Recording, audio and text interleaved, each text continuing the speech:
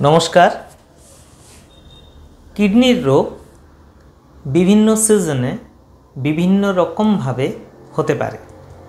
বর্ষা পড়েছে, বর্ষাতেও কিছু কিছু কিডনির রোগ স্পেসিফিক্যালি হয়। যেমন হচ্ছে ডায়রিয়া থেকে কিডনির রোগ কিন্তু হতে পারে। বর্ষাকালে ডায়রিয়া হওয়ার সম্ভাবনা বেশি থাকে, পেটের ইনফেকশন বেশি হয়, টাইফয়েড হতে পারে, ভাইরাল হেপাটাইটিস হতে পারে। এইগুলো থেকেও কিন্তু কিডনির রোগ হয়। সুতরাং সবসময় পরিষ্কার জল খাবেন, ফোটানো জল খাবেন অথবা বটলড ওয়াটার খাবেন। শুদ্ধ জল খেলে ডায়রিয়া হবে না।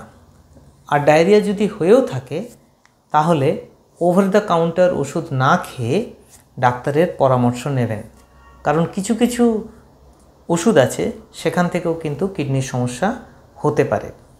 আর দেখে নেবেন কোনো প্রকারেই যেন ডিহাইড্রেশন না হয়। যাদের ব্লাড প্রেশার বেশি তারা যে প্রেশারের ওষুধ খাচ্ছেন, এই ডায়রিয়া হলে, পেটে ইনফেকশন হলে প্রেশার দেখে তবে প্রেশারের ওষুধ খাবেন।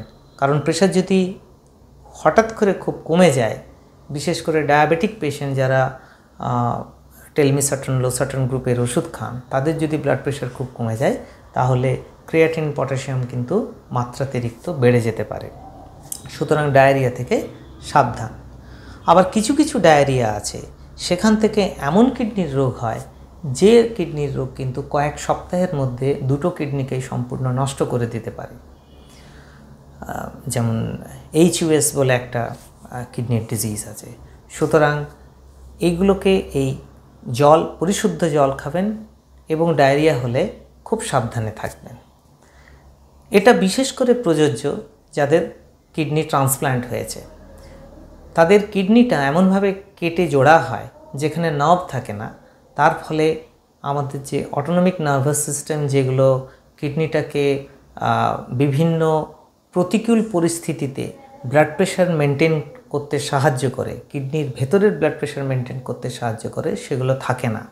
তার ফলে একটা ডায়রিয়া পেশেন্ট, স্বাভাবিক পেশেন্ট, সাধারণ পেশেন্ট যাদের ডায়রিয়া হয় তাদের যতটা কিডনির সমস্যা হতে পারে, একটা ট্রান্সপ্ল্যান্ট পেশেন্টের কিন্তু সেই ডায়রিয়া থেকেই অনেক বেশি কিডনির সমস্যা হতে পারে।